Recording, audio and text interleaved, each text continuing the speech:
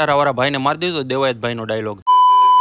તો good morning અને હર હર મહાદેવ. હવારમાં જેકેટ પહેરીને આપણે થઈ ગયા હતા કમ્પ્લીટ. હતો આજે શનિવાર એટલે આપણે સીધા પહોંચી ગયા હતા દાદાના દર્શન કરવા. દાદા પાસેથી આશીર્વાદ લઈને આપણે સીધા માણકી લઈને ચડી ગયા હતા રોડે. ત્યાં તો આ ખટારાવાળા ભાઈ કે વેઇટ ફોર સાઈડ. હવે એને કહી દે રાહ જોવે ને આ નહીં ભાઈ, જોજો ઝપટે સડતા નહીં.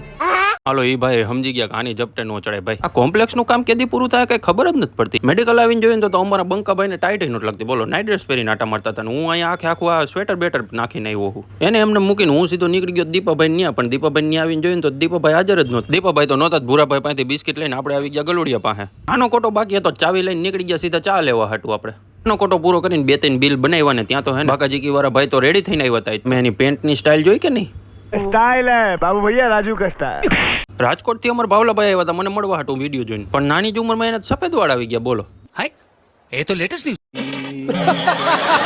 પછી તો આપણે લાગી ગયા સીધા આપણા કામમાં.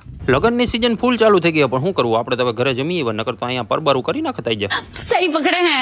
સવારમાં જે કોસ્મેટિક નો ઓર્ડર લખ્યો હતો એ બધો આવી ગયો એટલે આપણે લાગુ પડ્યું એ કામમાં. ત્યાં થોડીક વારમાં 4 વાગ્યાની ચાય આવી ગઈ આપણી હાટું.